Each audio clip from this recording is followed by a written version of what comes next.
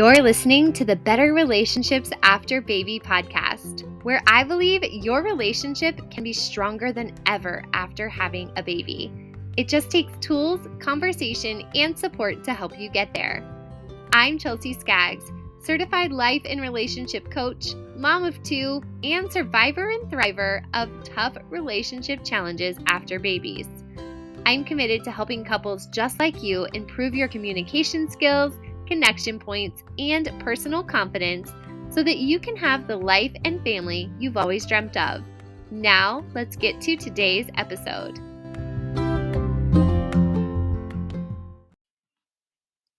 Hello, parents, and welcome back to the podcast. If you are listening for the first time, I am just reaching through this microphone, giving you a big hug, a warm welcome, and letting you know that you are in a safe place, a warm place, a place that accepts you exactly as you are and where you are, and a place that is committed to helping you get even closer to your goals and your vision and the life that you want as a parent and as a partner. And if you have returned to the podcast again, I didn't scare you away last time you listened. I'm so thankful. I'm really excited to have you returning and tuning in and listening and learning and giving feedback on the episodes. It has been a really fun launch and start of the Better Relationships After Baby podcast. And this podcast is here just for that, to help our communities and our society by helping families. And we help families by helping parents be strong and confident and connected in their partnership journey so that we can lay the foundation for families ahead. So, to those of you who celebrated Father's Day this past weekend, happy Father's Day to you. Personally, I am coming off of the cusp of closing on our house and celebrating that, and then celebrating Father's Day, and my menstrual cycle being popped right in the middle of there. And I'm feeling a little exhausted and also really giddy and really excited about today's topic and about the clients that I get to meet with this afternoon. So, all of that to say, welcome or welcome back, and let's have just a really sweet time together today. We're going to be talking about something that I just worked through with a client. And for those of you who don't know, I am a life and relationship coach for new parents. So sometimes I work with moms solo. We do one-on-one sessions and really dig into their identity and their transformation and who they want to grow into as moms and women and partners. And other times I work with both parts of the couple. So I'll work with for example, mom and dad, and we will rotate weeks and get really intentional about the same topic and how they are communicating and connecting over that topic so that they can get aligned and on the same team and then have an incredible foundation for their family from that. So, there is a couple that I was working with recently, and we were able to identify this point in their conversations when just talking, just having a conversation turned into chaos and hurt and blame and frustration. One of my favorite things is to get really nitty gritty about the patterns that we get into, especially in our communication, and identify where they take a turn from productive, helpful, respectful to the kinds of conversations that leave us feeling more disconnected from our partners, more distant, more defensive, those things that create not the ideal situation for us. So, as I was working through this with this couple, we were able to talk about today's topic, which is proactive versus reactive communication. And we were able to realize that they were having a lot of reactive conversation, a lot of reactive communication. And in order to improve the communication and in order to get out of some of those patterns and cycles that were harmful, we needed to establish a space for more proactive communication. And I'm going to get really clear about those terms for you guys in just a minute. But I want to say that reactive communication is really common, especially as new parents. And this is because we're addressing new things. And so we might not know how or when or why to prepare for them. We have little time to sleep and little time to talk and little energy for ourselves. And so a lot of things feel like survival mode, and survival mode is very much tied with reactive communication. And I want to start by saying, wherever you are in your relationship and in your communication right now, that is okay. We are going to start there, and we are not going to stay there. So, the key here is we're not going to shame where you are right now.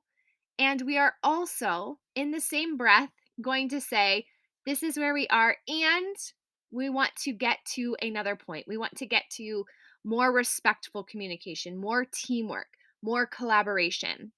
So if we are criticizing ourselves for where we are, that's not really a helpful starting point. So we just recognize this is where we are. This is what has gotten us to this point. We have survived, right? We have gotten through.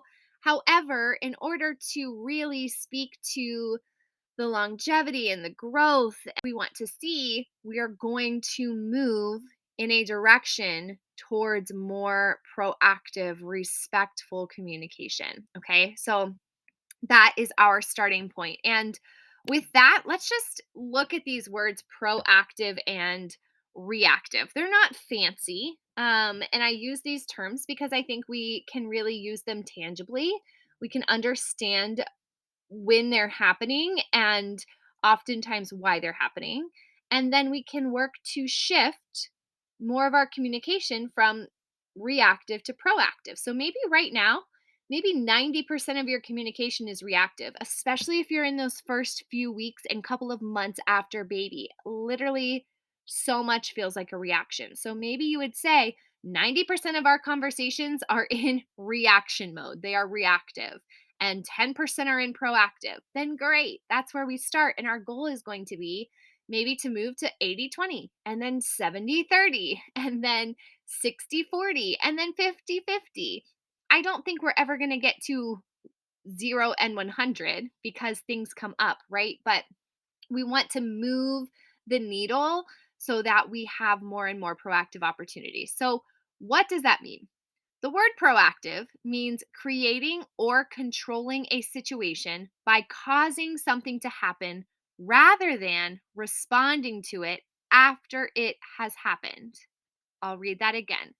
Proactive means creating or controlling a situation by causing something to happen rather than responding to it after it has happened. So that is what we are going for more and more of here. Reactive, on the other hand, is defined by acting in response to a situation rather than creating or controlling it. Again, reactive, acting in response to a situation rather than creating or controlling it. Let's dig into what this looks like in our conversations and in a very tangible place when it comes to our relationship.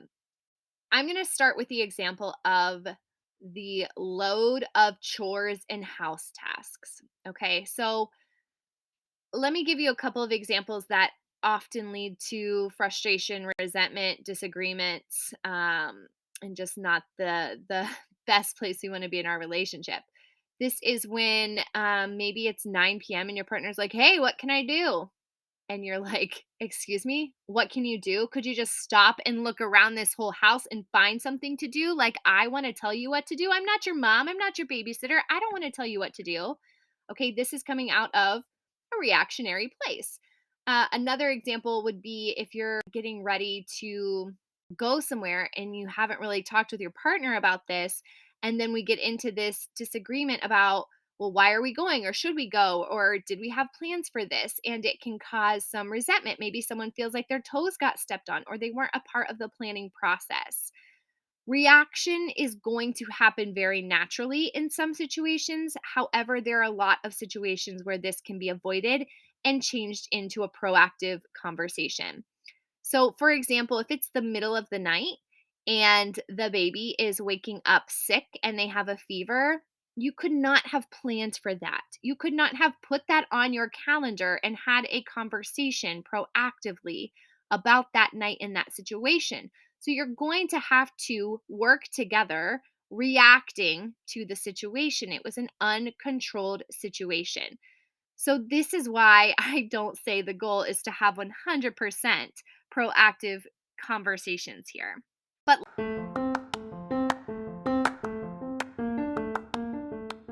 today's episode is sponsored by Love Lingual. Love Lingual has card decks that increase your communication and connection with carefully curated cards containing unique and thought-provoking conversation starters. Mike and I use the couples deck regularly to add something new to our conversation and just honestly always be learning more about ourselves and one another. You can find your first deck at bit.ly/WTFLoveLingual. That's bit.ly/WTFLoveLingual. You can also find that link in today's show notes. Let's go back to those things that we can be proactive about. This can be the house tasks that need to be done. It can be the schedules and the appointments or social gatherings for the week. It can be whether or not the night's going to end in sex. It can be a date night. It can be when the in laws are coming to visit, right? There are a lot of times where we can have proactive conversations. And there are a lot of personal things that can happen in a proactive conversation too. So let's say that your partner has a habit of leaving the dishes beside the sink and you really want them in the sink. And so you can do this reactively when they put the dishes in the sink, saying, "Honey, how many times do I have to tell you the dishes go in the sink? Why is this not getting through to you? Are you an idiot? Like, what is wrong with you?" This is reaction. Okay, you're reacting to the situation. However, you could take note of this, that they're doing this habit and it annoys you. And you can say, you know what? There's not, like, this isn't a life or death situation. This is not impending harm on anyone. However, I would really like it if they could change this habit. So, at a different time, not reacting to the situation in real time, at a different time, it may be appropriate to say, "Hey, honey, there's something that has been bothering me, and I don't know if it's a big deal or not, but if you could put the dishes into the sink instead of beside the sink after you're done with them, that would help take out a step of the dishes process." And I know it seems small, but it would be really helpful. So, what we're doing here is we're not getting into the blame and the disgust in real time, but we're taking that and maybe you notice it. Maybe you notice it on Wednesday afternoon. And so you pop it in your calendar for Wednesday night or Thursday to not have the conversation in real time when you have heated emotions about it, but to bring it up and not just sweep it under the rug because you deserve to bring it up, but to bring it up in a container that is safe and proactive and planned for. When we're having proactive conversations, they're more likely to be logistical and strategic and able to get to the end goal. Often, when we're having a reactive conversation, when we're reacting to a situation or something our partner has said or done, then we have a lot of emotions that are coming into play. We're more likely to bring out past situations, to pull out resentments, or maybe that card, that one thing that you bring up in an argument to really to make that last slam or that last jab. Those things are more likely to come up in a reactive conversation, and this is why we want to change the percentage, why we want to move the needle, because the reactive conversations are what tend to be more hurtful, more harmful. We say things we don't mean. We pull out those jabs to just try to really stick it in and drive it home. It doesn't usually end up very pretty.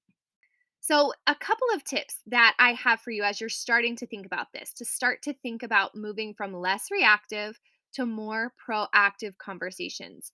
One is having a family business meeting. You've probably already heard me mention this on prior episodes or on Instagram. I talk about this a lot, but a family business meeting is an intentional place where you come together to discuss the things that need to be done, any topics at hand, any decisions that need to be made. I recommend doing this one evening a week. I have clients that like to do this on Friday nights, Saturday mornings, Sunday nights, or maybe there's a weekday that works for you. But what you're going to bring to this is maybe it is divvying up the chores for the week. Maybe you swap chores, or maybe you have regular chores, but figuring out who's doing what instead of keeping an expectation in your head and getting pissed off when it's not met by your partner. We want to get your expectations out front and be able to discuss who is going to take care of what around the home. This also applies to things like appointments, social gatherings, conversations that need to be had with family members or friends. This can include upcoming decisions. Maybe your baby is getting close to the age where they're going to be eating solids. So maybe you both need to do a little research about purees or baby led weaning and have a conversation about what direction you want to go and how you're going to communicate that to one another and to other people. These things work really well in a proactive container. I like to look at this like a job, like you are working with a coworker on a project, and your home and your baby are the project. So you need to have research as part of some of those. You need to know who's doing what. You need to have clear, respectful communication and timelines around this. And it's not sexy. It doesn't sound sexy, but what is sexy about it is that it pulls more and more conversation towards proactive, less towards reactive. So you have less disconnect, you have less fights, you have less resentment, you have more opportunities to then connect mentally, emotionally, physically, in all these more intimate ways because you have the other things taken care of. These are great examples for proactive conversations.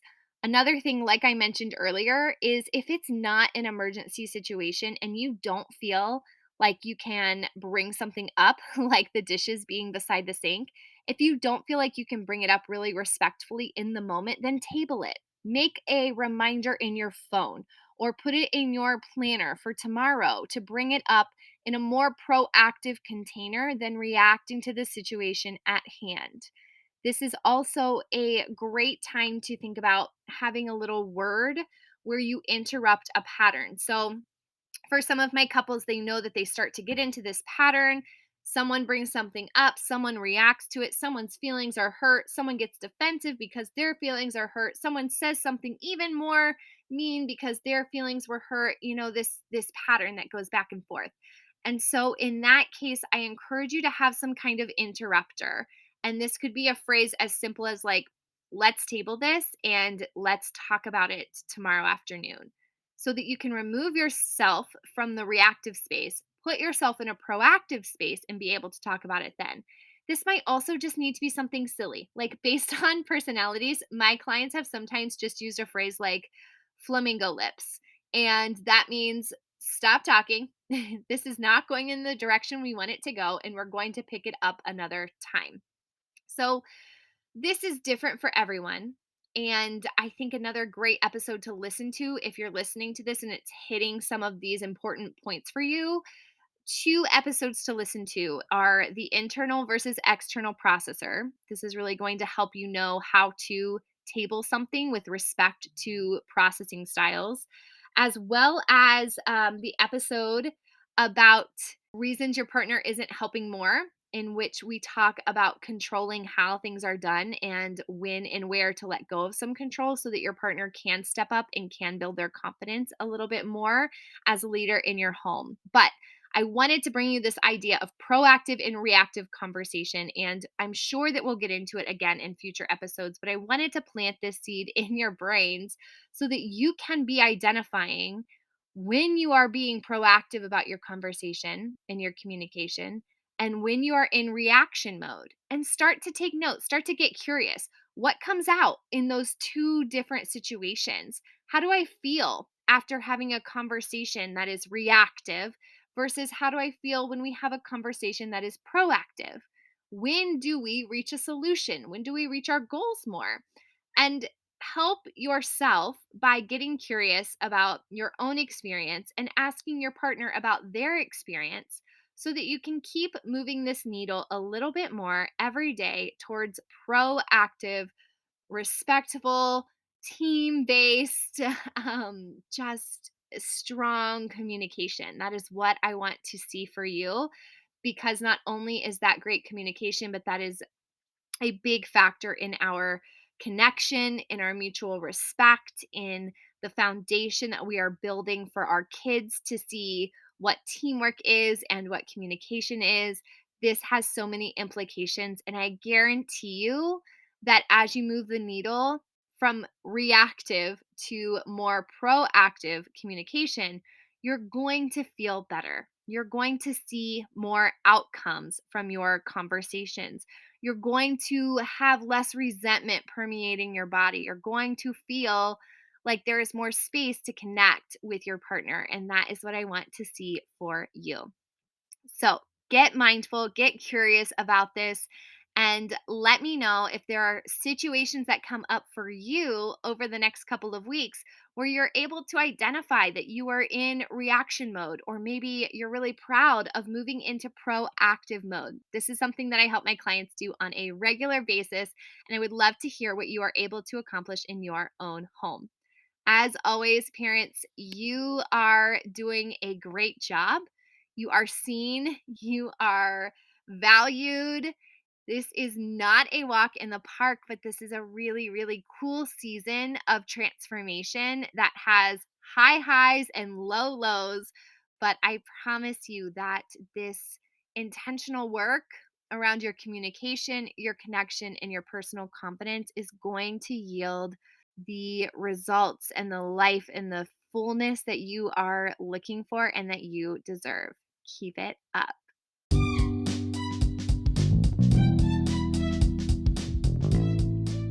If you've enjoyed today's episode, I want to invite you to explore coaching with me. I help my clients identify where they are, where they want to be, and what is standing in their way. And then we get to work changing mindsets, altering patterns, and developing the communication skills, connection points, and personal confidence you need to live the life that you want to be living and you deserve to be living the fullest version of yourself for your own experience and for your family. I offer a free 15-minute exploration call where we just chat about where you are, where you want to be, and whether coaching is the route to get there. You can schedule that free call at bit.ly/WTFChels. That's bit.ly/WTFChels. And I cannot wait to chat with you.